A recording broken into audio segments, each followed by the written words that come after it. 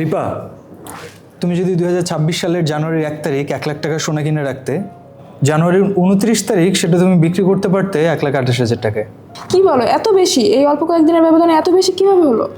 এই কয়দিনের মধ্যে সোনার দাম লাফিয়ে লাফিয়ে বেড়েছে। মানে বছরের শুরুতে 22 ক্যারেট সোনার দাম যেখানে ছিল ভরি প্রতি 2,22,724 টাকা, সেটাই মাত্র 29 দিনের ব্যবধানে বেড়েছে 63,277 টাকা।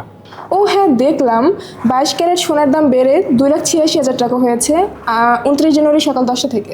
তার একদিন আগে মানে 28 জানুয়ারি ভরি প্রতি সোনার দাম বেড়েছে 7,348 টাকা, এবং তার একদিন আগে মানে 27 জানুয়ারি ভরি প্রতি দাম বেড়েছে 5,249 টাকা। একইভাবে 21 ও 18 ক্যারেট এবং সনাতন পদ্ধতিতে সোনার দাম বেড়েছে, কিন্তু কথা হচ্ছে এত দ্রুত সোনার দাম বাড়ছে কেন? বিশেষজ্ঞরা বলছে এটা বাজারের কোনো স্বাভাবিক ওঠানামা না, বরং বৈশ্বিক রাজনীতি, অর্থনীতি এবং নীতিগত যে অস্থিরতা তার একটা সম্মিলিত প্রতিফলন। একই সাথে দেখো, বিশ্ব অর্থনীতি যখন কোনো বড় অনিশ্চয়তার মুখোমুখি পড়ে, তখন যেমন ধরো যুদ্ধ, তখন বিনিয়োগকারীরা এবং সাধারণ মানুষরা টাকার পরিবর্তে সোনা জমানোকেই বেশি নির্ভরযোগ্য মনে করে। ফলে সোনার চাহিদা বেড়ে যায়, আর চাহিদা বাড়লে দাম বাড়ে। এখন কোন অস্থিরতার জন্য দাম বাড়ছে?